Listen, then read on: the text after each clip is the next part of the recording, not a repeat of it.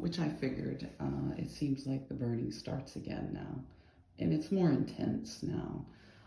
So this is what's going to go on. He's going to continue to burn the floor, and I can feel it on my shoulders and my back, and to get me to slam a door possibly, and then he's going to call for, which he's just threatened, he's going to call for a welfare check. So you can see here that an innocuous thing like slamming the door and asking not to be burnt in the apartment elicits this kind of menacing outside my door and threats. So you can hear it in my voice.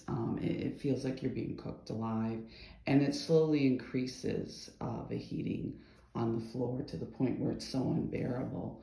I have showed you my ankles. They start swelling quite a bit. It gets extremely uncomfortable. It feels like you're being cooked alive. So I will continue to report what's going on here.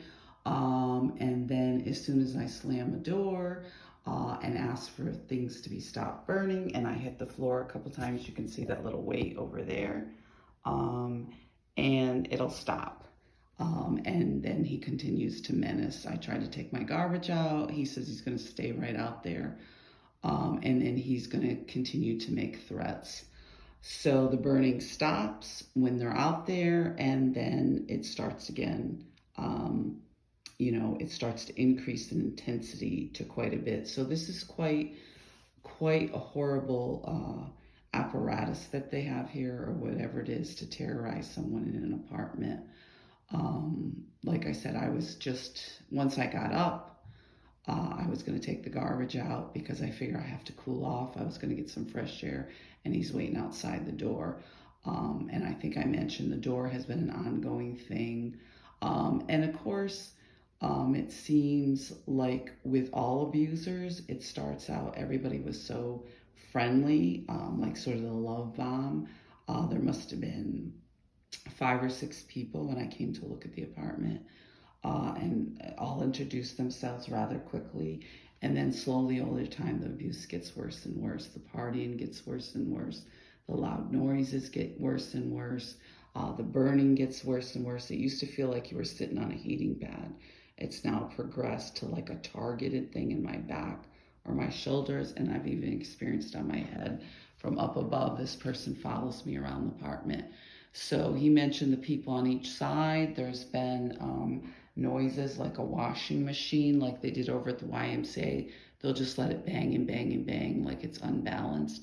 And then on this side, there's a woman that came right up when I walked in, talking about this mentally ill man that lives in the building, I think to scare me, because somebody had thrown a mailbox onto the ground right out the door when I moved in.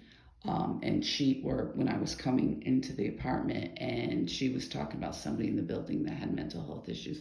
So it seems like he escalates with other people on each side, the neighbors and other people in the building he was talking to as he was sitting out there, to get everybody going to do this, and to harass and menace and say that they're going to call the police and da da da da da. And the police were just here talking with him about the gunshots just recently. They heard gunshots. So this is kind of the same sort of agenda, and this is what their friends did at the YWCA. You'd go into the bathroom, and they would accuse you of wiping excrement on the toilets, flooding the bathroom, slamming doors.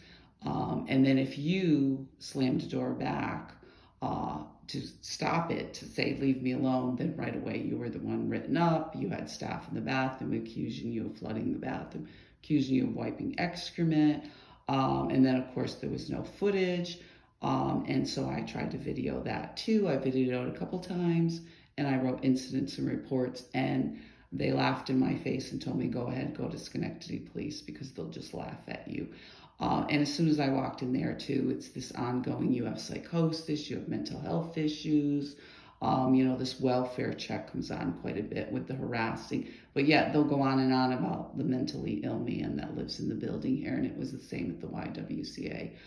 So this is the kind of harassment that's going on at these places. So we'll continue to document it, guys. Be safe.